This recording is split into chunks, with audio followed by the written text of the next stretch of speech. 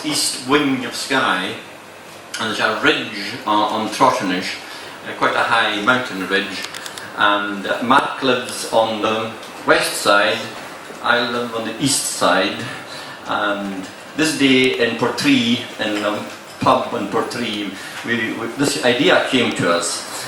Mark is from England originally and lives in Skye, and I'm originally from there, and I write in Gaelic first of all, and then do translations.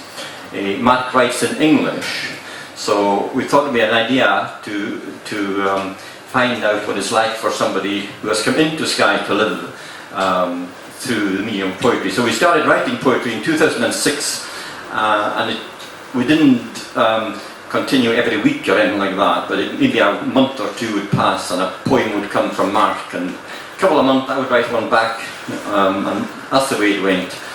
And if Mark wants to add anything to that, Mark, do you want to add anything to what I said there? Well, when I first came to Skye, I was quite struck by the differences in the strata of the society. You've got Gaelic people, you've got incomers, and you've got people that sort of muddled in between. And I was one of those people that kind of muddled their way in between. And in this book there are a number of, from my side of things, what I call kind of incomer poems. Poems that are taken from the English canon and then rub up against the Gaelic. But the first poem I'm going to read, which is actually one of the first poems in the series that we wrote together, is called Glen Hinnesdale. It describes where I live, really. I live in a glen with a river and tall hills either side. But there is a little glimmer of an incomer element in this poem as well, because I was born in South Devon, and there's a poet in the 1840s, something like that, called John Bradley, and he wrote about the River Dart, the rapid River Dart hath played with its foam. So there's an element of an incomer experience nested within this poem. So I'll start with Glen Hinnesdale, and then Miles will read it in Gaelic. Glen Hinnesdale. Glen Hinnesdale cuts and echoes the sounds of our lives here, amplifies our homecoming with the cattle grid drum roll, and broadcasts our leaving with the antenna of the thin peat road that chatters towards its end. An estuary of mud and pebble and grit, the tidal mark of our coming and going. The river never looks back, gestates, keeps its distance beneath the clouds which choreograph the sky, while the grasses glint and wire the winds rush from the ridge, forecasting rain and the rush and swell of water. In spate, the river will slither to the sea, give birth in the breaking waters, and trail a placenta of white foam along the coast. And Miles will read it in Gaelic.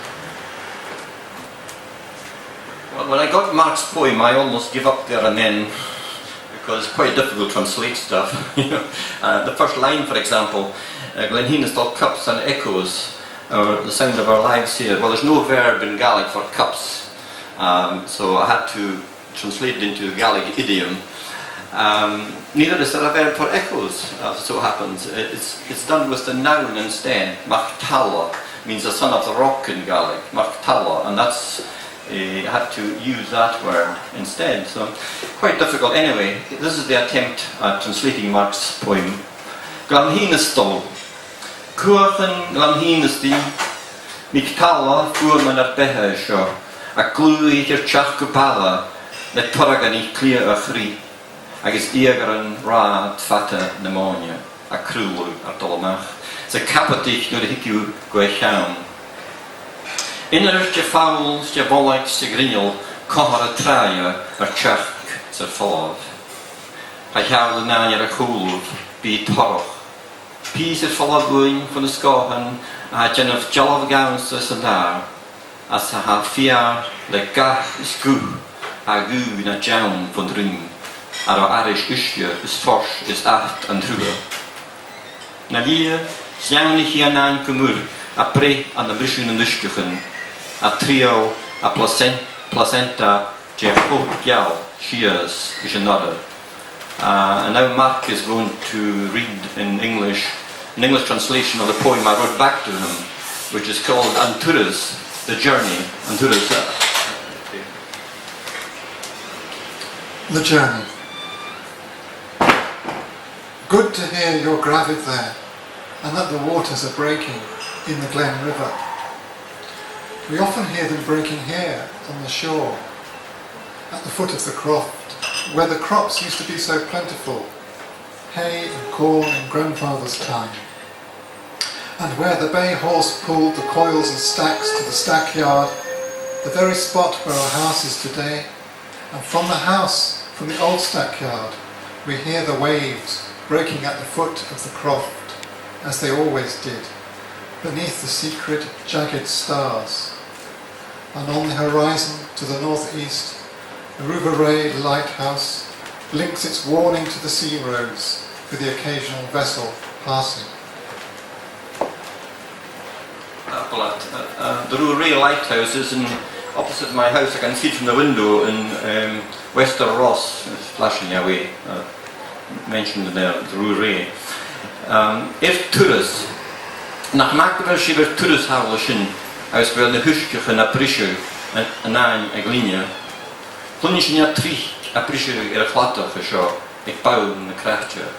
Far y maes dy mar a fi cho palt, fia is arar lini'n hennar, agus far y slwtag yn hach rwag na cwrn, agus na crwachan chwn i jwyn. Yn iaraf sport, sy'n fel yn hyacin yn jw. Agus fwn hai, fwn hawn ywlyn, clwni sin y trin a brisio ag bawn na craftia, Mae'r fa at o hir, yn yr hwnna yn giafr birach.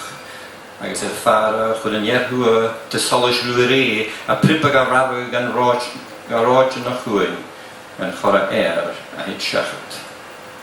And now we're going to read another one called, where is it? Tight on the Floddigary, a house in Floddigary, which refers to my grandfather's house, which is just beside our house. And Matt came to visit it one day, and this poem resulted. It's about a thought, and the thought is floating around the house. Just to add, Mars's forebears you couldn't find in the congested district board's accounts of when they were allotting the land to various tenancies on Skye in the 1886, 7, something like that. House in Floddigary. A thought begins a journey.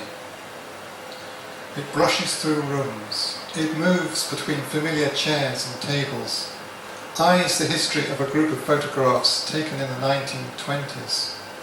Sees the cloche hats and the stockings, the faces charmed by excitement, the dare of modernity, bright against the sunlight on Princess Street.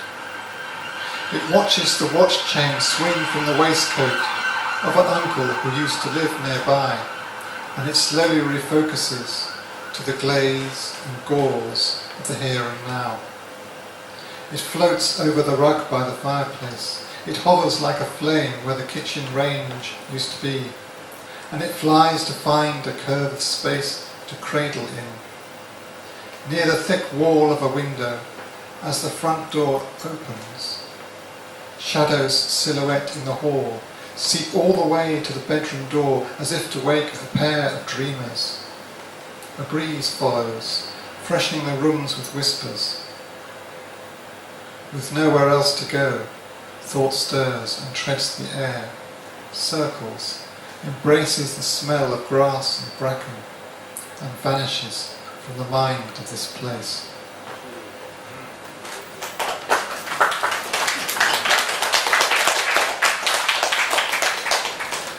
Tá on the Floddigary, tá si turas lis moon, scuapi tra rubanan, glóisi it a búrd is séirich in jálach. Hí jatvi grún jálvan a hogags na fikitan, hí na curacan closhe agus na stochcanin, na hútin an jáv lachgad le bánach gan nuarachis, sajar fogrian stráide Fransa. Veri súl is sénich an uarat ar is siútan, waar hissekot braar mahar a gurich is seo uair. Go slútach veri fanier, loin spreid lín an rasta seo heen. Seáldí as piún brath lár an healich, crochaí mar lasar, for a stove a kitchen agus héti ichtiol a lot cause in nalia sol loop oshin is two balla chu unyake so that is every a foskol falasens and orawa a shiol fat de slie guitarras and yomar hatil maar kem gatol a gooske tish look broter hikjorchak a goedig een roemen om de kakkerstig gunaartje ele en jeetje duiskis noon sni kibbelen scenario koerstig i gai hikje valag fjord agus randig agus hiti a shallow a akne en naartje show.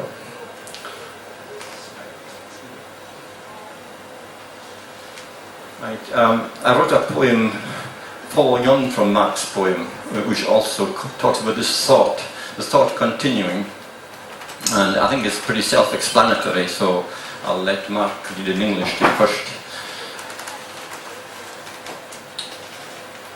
The thought continues. The thought continues on its journey and sees the people sitting where they were once around the bare wooden table.